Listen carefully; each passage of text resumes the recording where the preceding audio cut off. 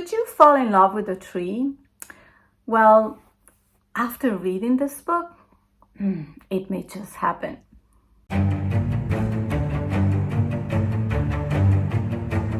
Welcome, book lovers. This is Daniela, and this is Uncommon Reader. I'm here today to dedicate my full attention to this book, The Island of Missing Trees by Elif Shafak, which was my first read in July. And I really enjoy this read. It's a story that stretches in 3 different decades in time. In the early 70s, in the 2000s, and it ends around 2010 or something like that. The dates are not precise in the book either. What I love about the construction of this book, though, is that we'll keep going back and forth these different decades, which makes the book very dynamic, in my opinion. But for the sake of telling you what the book is about, I'm just going to follow the chronological decades and explain a little bit, not a lot, because I want you still to give this book a try, what the book is about. So our story begins in the 70s, and young Kostas, who's Greek, and Daphne, who's Turkish, meet and fall in love. They live in Cyprus, which at the time was cohabited by Greeks and Turks. But unfortunately, they choose probably the wrong decade to fall in love, because we are on the verge of turmoil. In fact, in 1974, a military coup happens in Cyprus because the Greeks wants to be united with mainland Greece. Unfortunately, though, the Turkish are not so happy about it, so they invade the island, and our young lovers, unfortunately, are caught in the middle. In the midst of the war, of course, also the families of Kostas and Daphne are not happy about this relationship, so they kind of want to discourage it. But Daphne and Kostas are totally into each other, and they meet in secret, and they used to go to this tavern owned by a lovely gay couple that we will adore in this book. And in the middle of this tavern, there's this fig tree that is standing tall thanks to a cavity cut in the ceiling so it can grow over it. And he witnessed their encounters. He witnessed everything that's going on around him, of course. So the war goes on, and unfortunately the two are divided because Kostas' mother decides to move to England. But their love story rekindles once Kostas comes back to Cyprus in the early 2000s. He has become a botanist in the meantime.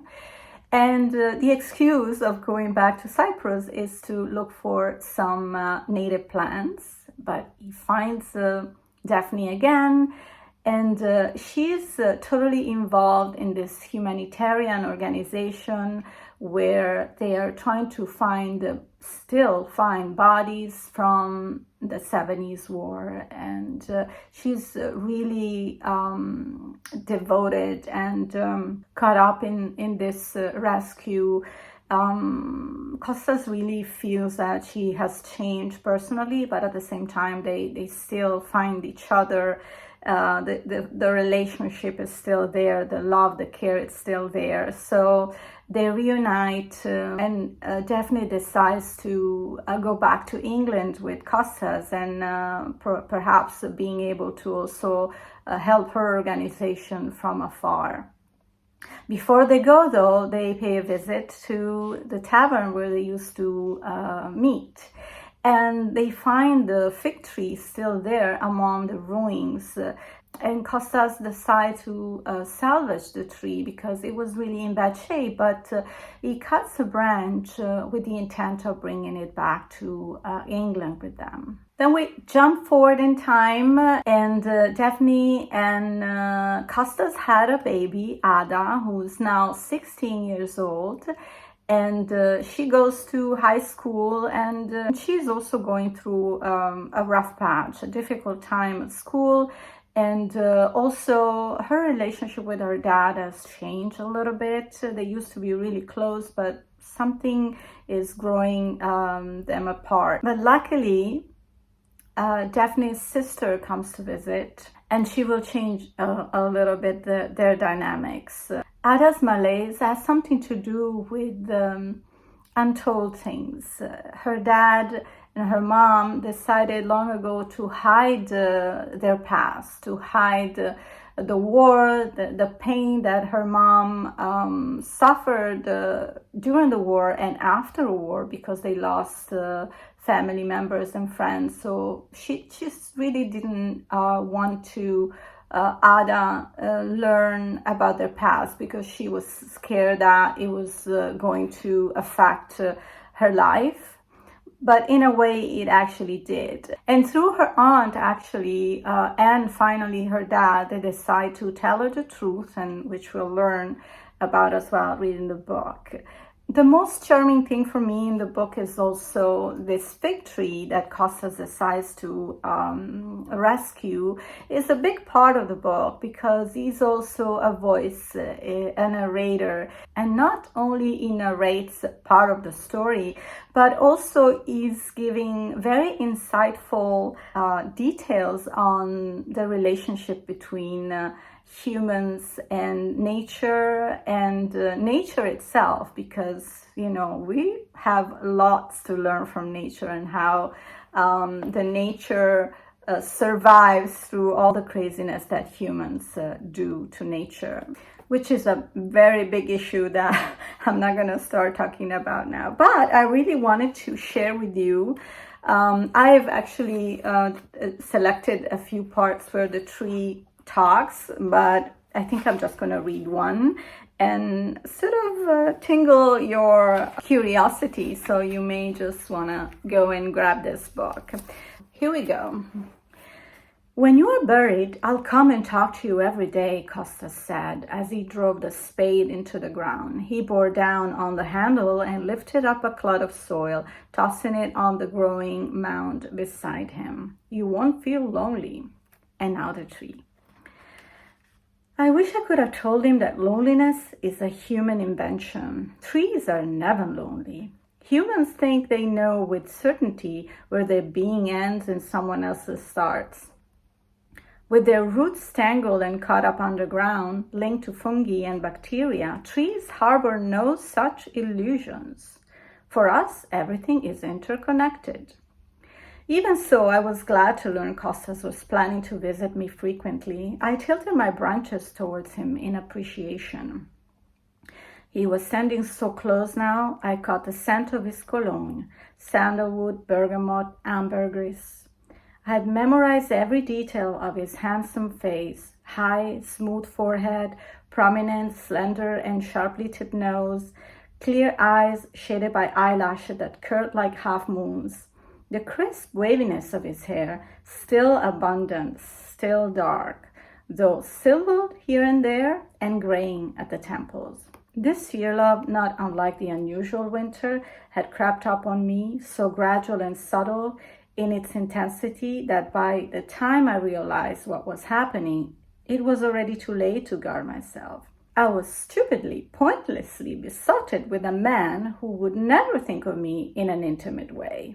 It embarrassed me, this sudden neediness that had come over me, this deep yearning for what I could not have. I reminded myself that life was not a trade agreement, a calculated give and take, and not every affection needed to be returned in kind. But the truth was, I just couldn't stop wondering what would happen if Costas were to reciprocate someday, if a human were to fall in love with a tree.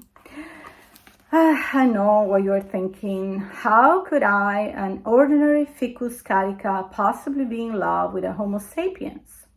I get it, I'm no beauty, never been more than plain looking.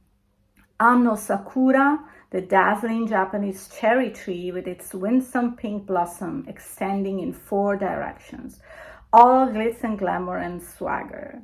I'm no sugar maple, aglow in stunning shades of ruby red, saffron orange, and golden yellow, blessed with perfectly shaped leaves, a total seductress. And I'm certainly no wisteria, that exquisitely sculptured purple femme fatale. Nor am I the evergreen gardenia with its intoxicating perfume and glossy verdant foliage, Or the bougainville with its magenta splendor climbing up and spilling over above walls under the baking sun. Or the dove tree, which keeps you waiting for so long and then offers the most enchanting, romantic flower bracts that flap in the breeze like scented handkerchiefs. I don't have any of their charms, I admit. If you were to pass me on the street, you probably wouldn't give me another glance. But I'd like to believe I'm attractive in my own disarming way. What I lack in beauty and popularity, I make up for in mystery and inner strength. Throughout history, I have seduced into my canopy droves of birds, bats, bees, butterflies, ants, mice, monkeys, dinosaurs. And also a certain confused couple wandering around aimlessly in the Garden of Eden, a glazed look in their eyes. Make no mistake, that was no apple. It is high time someone corrected this gross misunderstanding. Adam and Eve yielded to a lure of a fig, the fruit of temptation, desire, and passion, not some crunchy apple. I don't mean to belittle a fellow plant, but what chance does a bland apple have next to a luscious fig that still today, eons after the original sin, tasted like lost paradise? With all due respect to believers, it makes no sense to assume that the first man and the first woman were tempted to sin by eating some plain old apple, and that finding themselves naked, shivering and mortified, and despite fearing God would catch them at any moment, they nonetheless took a stroll through the enchanted garden until they stumbled across a fig tree and decided to wrap themselves in its leaves. It's an interesting story, but something doesn't add up here, and I know what it is. Me. Because it was me all along, the tree of good and bad, light and dark, life and death, love and heartbreak. Adam and Eve shared a tender, ripe, deliciously alluring, aromatic fig, splitting it open right down the middle. And as the fleshy, opulent sweetness dissolved in their tongues, they began to see the universe around them in a completely new light, because that is what happens to those who attain knowledge and wisdom. Then they covered themselves with the leaves of the tree they happened to be standing under. As for the apple, I'm sorry, it didn't even feature. Look into each religion and creed, and you will find me there, present in every creation story, bearing witness to the ways of the humans and their endless wars, combining my DNA in so many new forms that today I can be found on almost every continent across the world. Of lovers and admirers, I have had plenty. Some have even gone crazy for me, crazy enough to forget everything else and stay with me until the end of their brief lives, like my little fig wasps. Even so, I understand none of that makes me entitled to love a human being and hope to be loved back. Not a very sensible thing to do, I admit, to fall for someone who is not of your kind, someone who will not only complicate your life, disrupt your routine, and mess with your sense of stability and rootlessness. But then again, anyone who expects love to be sensible has perhaps never loved. I could go on and on reading you all the fig talking parts, and I think it was my favorite part in this book because it was very witty, but at one point it also gives you a lot of tips on how to grow plants and how to use plants as medical ailments. So quite an interesting read, and also read a lot about the history of Cyprus, which I have never known. Sometimes when I read, I feel very enlightened and at the same time very stupid, because I'm learning things that I thought, I should have learned that in school. But then I go, I don't remember we ever talked about this in school. So I think, maybe at school we don't cover all the bases and all that's been happening in this crazy world. Well, I hope you enjoyed this video. Let me know in the comments if you are planning to read this book or if you read it already. I would love to discuss with you. I totally love this book, and in the next videos I will continue talking about my July reads. Thank you so much for watching, and I look forward to see you back here on Uncommon Reader, and I hope you will support my channel with liking and commenting and subscribing. Thank you. I'll see you next week. Happy reading for now. Ciao!